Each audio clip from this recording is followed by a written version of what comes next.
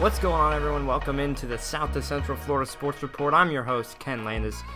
Today is December 5th, a Wednesday, doing the podcast a day early, but that's all right. Appreciate you guys tuning in to the South and Central Florida Sports Report. Lot to get to today, not a whole lot of time, so we'll get right to it. We're going to go ahead and talk about the UCF Knights as always at the top. That'll shift around. It won't always be this way, but as you know, UCF is being the most prevalent of all the sports we follow here on the podcast. We'll start with them. Then we'll probably move on to some Miami Dolphins football as well as the Florida Panthers. And then we're going to get into what the heck is wrong with the Heat, as they are not doing good. And it could be one player that's tearing the whole thing down. And if you think you know who I'm talking about, you're probably right.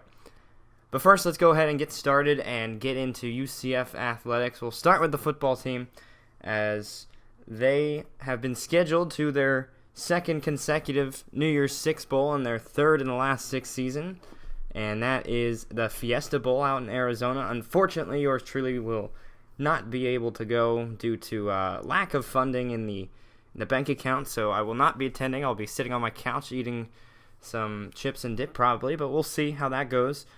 Anyway, they are facing another SEC opponent in LSU, and this should be a good one, folks, and everyone is already throwing UCF under the bus and saying, LSU, you need to be the savior and get rid of this ridiculous national championship talk and all this stuff, and I'm loving it. They still are hating, and if they're going to keep hating, let's just sock it to them. But before we get ahead of ourselves, let's go back and talk about the American Athletic Conference Championship game, and boy, what a game it was. Yes, I was in attendance, and it was something else, but at the same time, I was sitting there the whole time when UCF was down. I was thinking, you know, they're going to be okay. They're going to come back, and even though it looked really bad at halftime, and it was really bad at halftime, but we came back and won by 2 scores and covered the spread all in one, and UCF now all-time against Memphis is 13-1. 13 of 14 meetings have been won by the UCF Knights, and that is pretty awesome, and a really good stepping stone now in the last 6 years. That's how long the American has been around. The Knights have won 4 of the conference championships, and if that's not league domination, I don't know what is. We're going to get into that a little bit later. As you knew, Mackenzie Milton was out for the team, and Daryl Mack stepped in in a big way. 19 for 27, 348 yards through the air and 2 touchdowns. And then you go look at his rushing stats here. Let me just pull up the box score. His rushing stats, he had 18 carries, 59 yards, and 4 touchdowns. Most of his carries were near the goal line, so that's how he got the 4 touchdowns. But responsible for 2 total touchdowns, no picks. He really didn't hold on to the ball that well when it came to in the pocket in the first half, but that's okay because we ended up winning anyway. But that was definitely scary to begin with, and to start that we didn't even look good on the ground. That was really bad. Just anytime they handed off the ball, everyone in the stands knew it was coming, and nobody on the field could stop it. Henderson absolutely wrecked the defense. 16 carries, 210 yards, and 3 touchdowns, as long as running an 82-yarder. And their backup, Taylor Jr., 15 carries, 118 yards, and a touchdown, the longest carry of 70. But then also on the UCF side, we ran like crazy too. 24 carries, 206 yards, and 1 touchdown by Greg McCray. And he's been going off lately. And he'll need to keep doing that in the bowl game, because this ground attack is looking really lethal for the Knights right now. And hopefully they're able to keep it up and keep it going. So as mentioned, the Knights won their 4th American Athletic Conference title in the 6 years it's been around. And that brings me to expansion.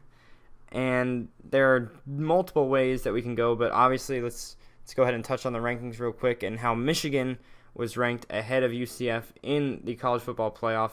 UCF was ranked ahead of Michigan in the AP and coaches poll by a decent margin.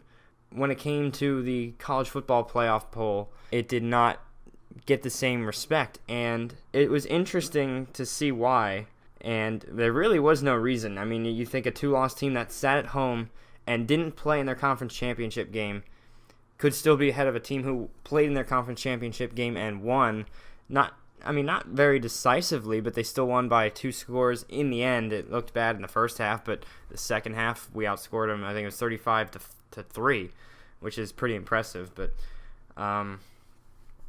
Michigan somehow stayed ahead of UCF, and I was watching the selection show on ESPN, and the chairman of the fraudulent college football invitational selection committee said that they ranked Michigan ahead of UCF, and that gave Michigan the chance to play closer to home, even though the Peach Bowl, I don't know if that's that much closer to home than the Fiesta Bowl is, but that means that UCF got tossed to the Fiesta Bowl, and I feel like it was a way for the committee not only to spite us for all our complaining, but also just to make us travel further and to further throw the UCF brand and try and just destroy us. But you know how we've been in those situations, and we have continuously prevailed, 25 straight victories and counting.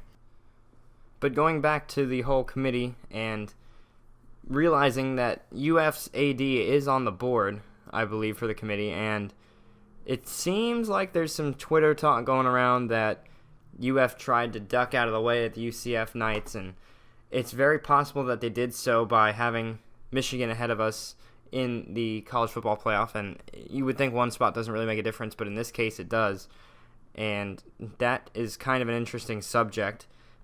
And there's a stat here I want to read to you. Not really a stat, but more of a hot take.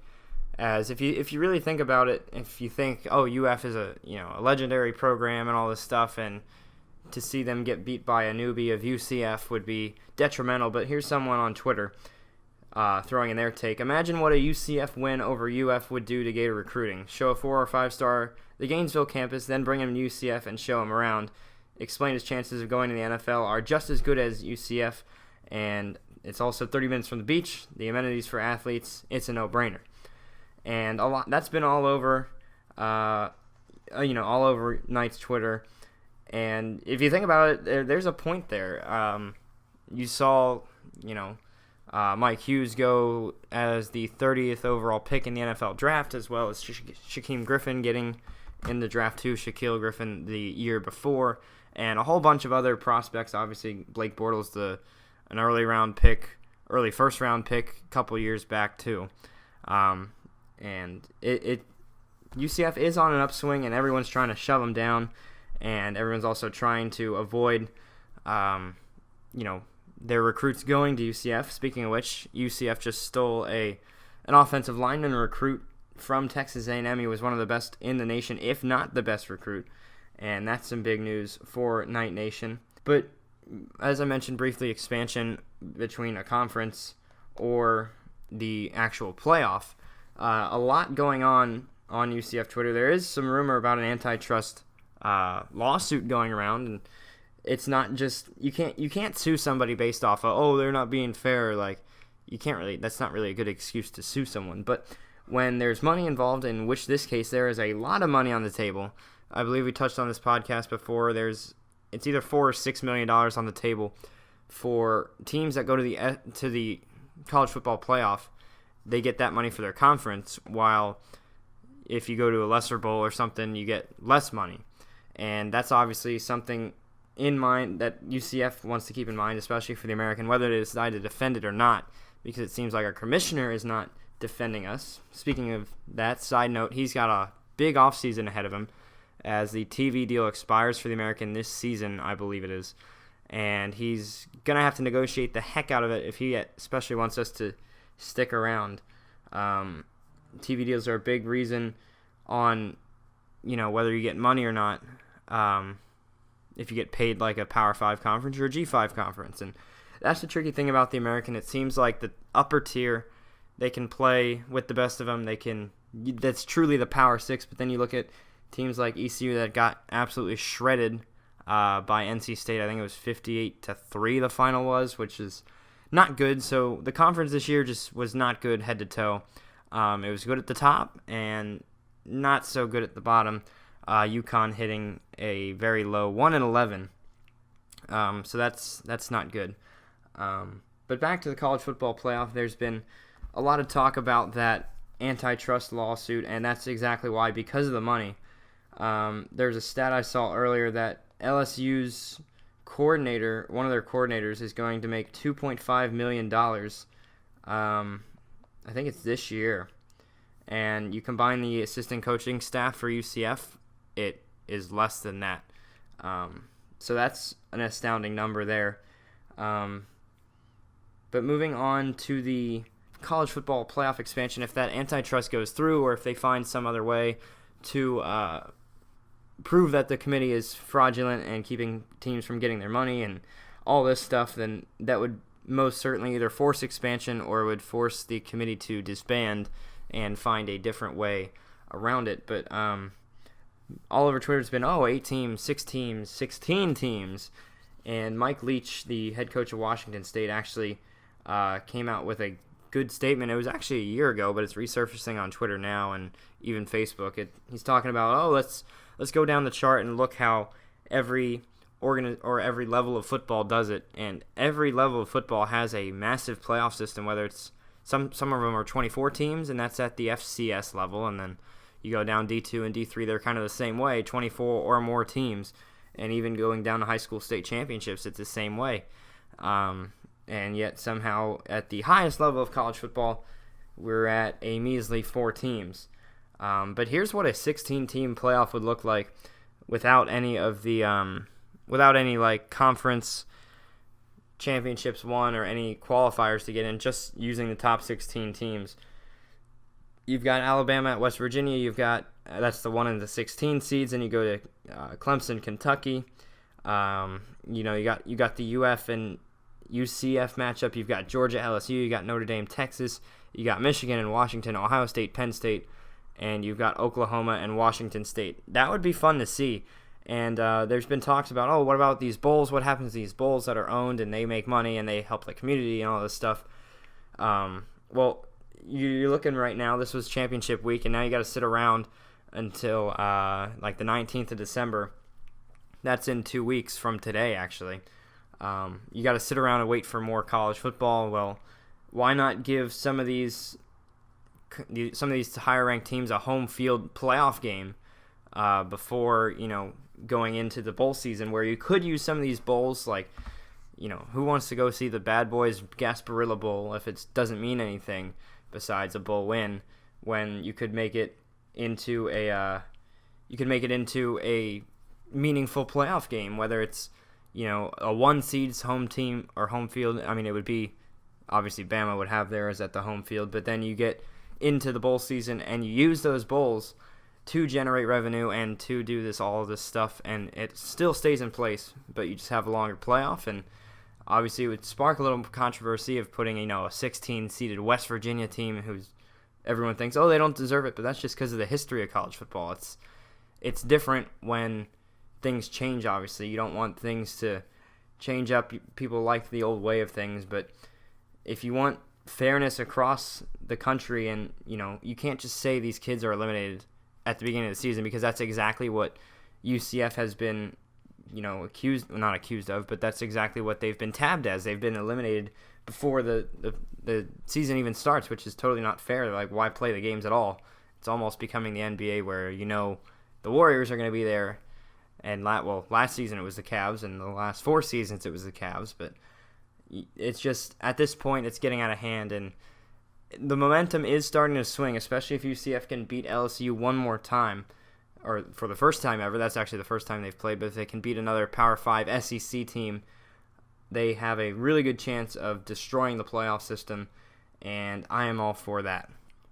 One final note, a quote did surface from the Big 12. I don't have it in front of me, but they said they don't want to really expand anytime soon, which is bad news. Hopefully we'll have some better news on that front soon, because at this point, with Mike Oresco, the commissioner of the American Athletic Conference, not really standing up for us or sticking up for us, he had some quotes today.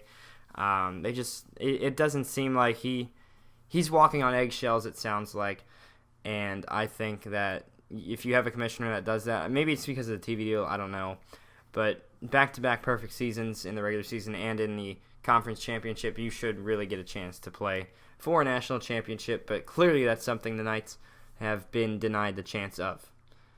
But we'll move from the gridiron over to the volleyball court, where was an abrupt end to the season for the Knights, not the way they wanted it to end.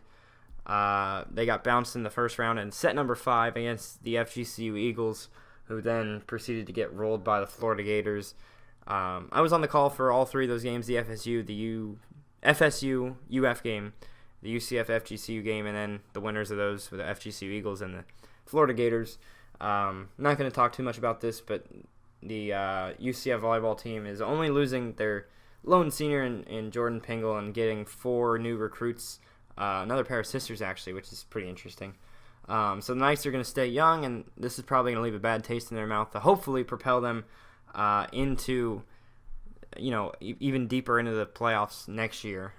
It was really a shock to the UCF team to lose on their home floor after not doing it all season long, but sometimes when you win 24 in a row, you're going to lose sometime, and that goes the same for the UCF football team. It's not like we can win every game forever. I wish we could. But it's at this point, it's going to have to end sometime, and that's exactly what happened for the UCF volleyball Knights. But they had a fantastic season. I thoroughly enjoyed watching them. It was a great experience.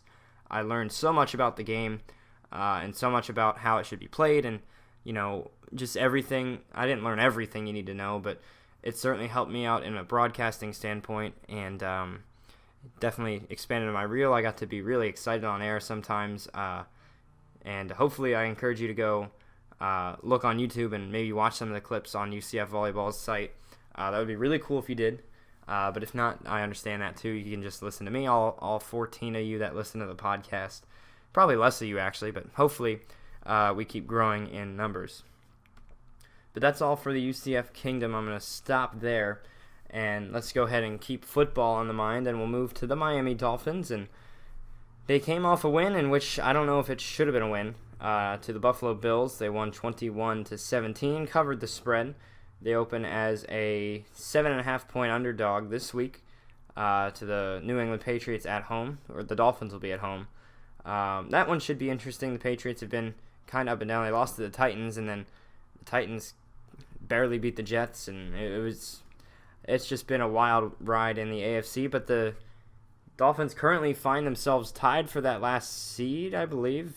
One behind. They're in the 7th spot. They're the next spot up, but Baltimore holds that last spot at 7-5.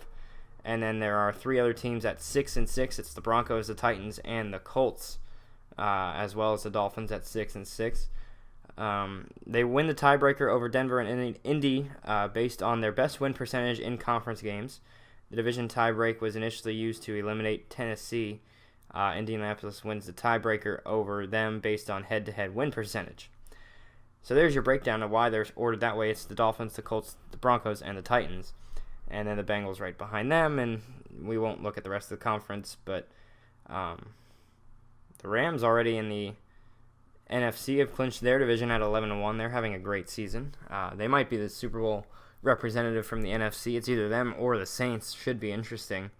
But moving back to the Dolphins, that last play of the game was quite the interesting, well, not the last play, but it was the Bills' last play where Charles Clay was wide open in the end zone, and Allen just kind of underthrew him, and it ended up falling short, and the Bills would lose the game, thankfully, because the defense blew coverage there. The blitz came, and Allen was running him for his life, and somehow found a wide open Charles Clay in the front of the end zone, but could not complete the pass.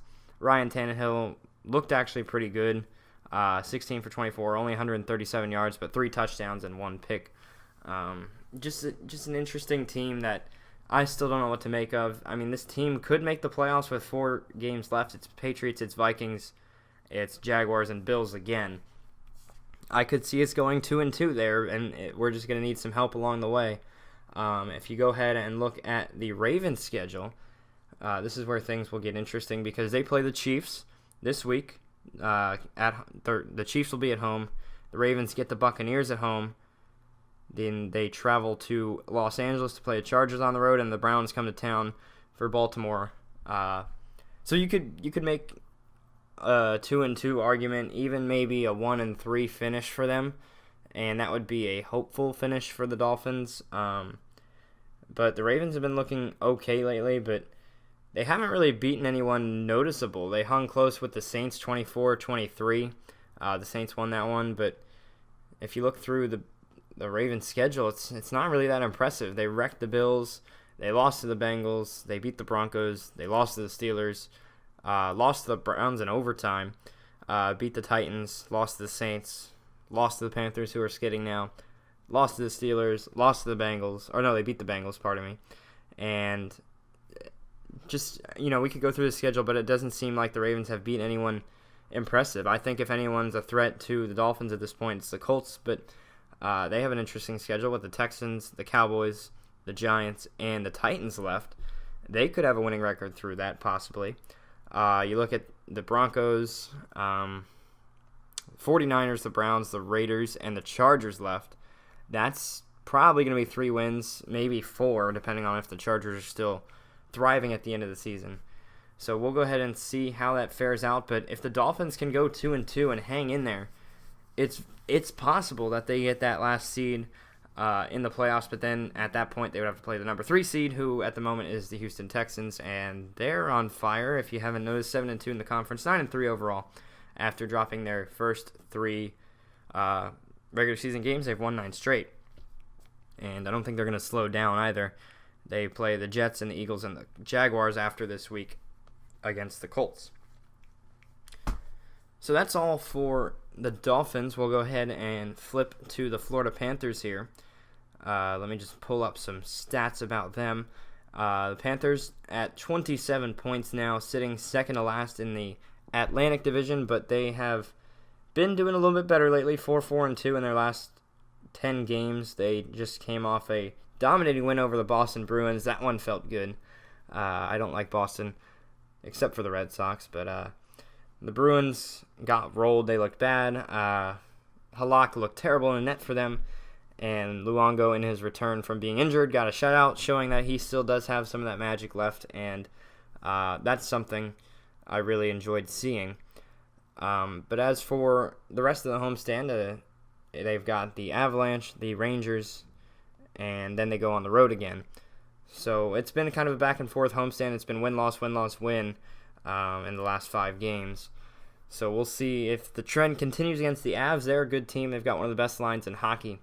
And then the Rangers come to town, which will probably be a packed house, and hopefully the Panthers can send the New York fans home unhappy. We'll see how that goes. But as of right now, the Panthers are doing pretty well. Jonathan Huberdeau has had, I think, I don't know the exact number, but he's had a lot of games in a row where he has scored consecutive points. I believe it's 8, I want to say, and I think Pavel Bure holds the record at 9 consecutive multi-point games in a row. So we'll see if he can break that record. I think he's only 1 or 2 behind him. And finally, these draft picks from well back are now really thriving. Unfortunately, Trocheck goes down, but he'll be back sometime soon, I hope. And you go flip to the wild card real quick, even though it's still really too early to be looking at these standings right now for the wild card. But the Panthers, I believe, are only 4 points out of the wild card standings, so that's not too terrible either, as they look to get back into the playoffs after missing the playoffs by just 1 point last season. And finally, our last team we're going to talk about today is the Miami Heat. We're not going to touch on the Marlins because there's a whole bunch of stuff with JT Realmuto that we don't know is for sure yet. But there's a rumor of a Mets trade with Conforto, but the details are all over the place, so we're not going to get into that. But as for the Miami Heat, if you're all subscribed on Bleacher Report, you got the notification that said the Heat head coach calls Hassan leaving the bench in the fourth quarter unacceptable behavior, and that it was handled internally. That was, of course, off the coattails of a loss to the Orlando Magic yesterday, in which the final score looked not as stellar as they might have played, but this team is just, it's just, I don't want to say it's falling apart just yet, but it's not looking good at 9-14 at this point in the season. They're only 2 games out of that 8th spot, but you don't really want to be at that 8th spot. You want to be a lot higher than that. 4-6 in the last 10 games, losing streak of just 1. They lost last night. But looking at the road ahead for them, they have the Suns, and if they can't handle the Suns, who are sitting at a record of 4-20, 4 wins to 20 losses, that's not good. Then they go to face. That's a game they really need to start their road trip. They go to Phoenix, then they go to LA to play the Clippers. They stay in LA to play the Lakers, then go to Utah, Memphis, and New Orleans before finally returning home on the 20th to play the Rockets. So all those teams ahead of them are good, and they need to get this ship righted now if they're going to not sink to the bottom of the East here, because besides that Phoenix game, some of these teams are going to be very hard to beat with the way this team is now. And again, we've talked about it on the podcast before.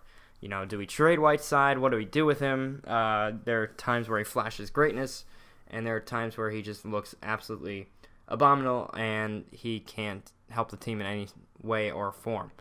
And certainly what we saw last night is not good and not something that Pat Riley or Eric Spoelstra really wants to be around, at least I wouldn't imagine. So we're going to keep seeing how he does on, as the season progresses, and we'll see if he's worth keeping around or not, or if the Heat should just toss him out the window for, maybe a first-round pick that we need, because we have no picks left. So with that, we've completed today's podcast. I hope you guys enjoyed. Hopefully you'll tell your friends about this podcast. Hopefully you're a fan of one of these teams I talk about. If not, I don't know what you're doing here. But I appreciate you guys tuning in anyway.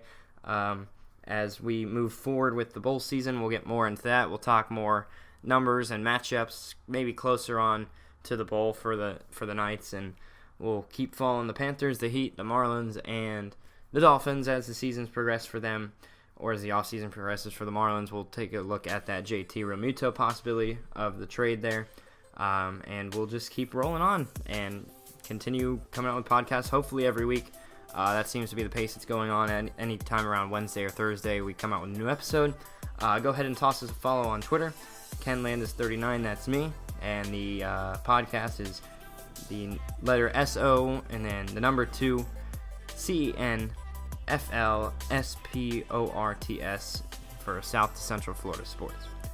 So again, that is all. Thank you guys for tuning in. Appreciate it, and hopefully you'll subscribe to us on iTunes, Spotify. I haven't been posting to YouTube lately, but I might do that too. But for now, that is all, and thank you for tuning in. Go Knights. Charge on.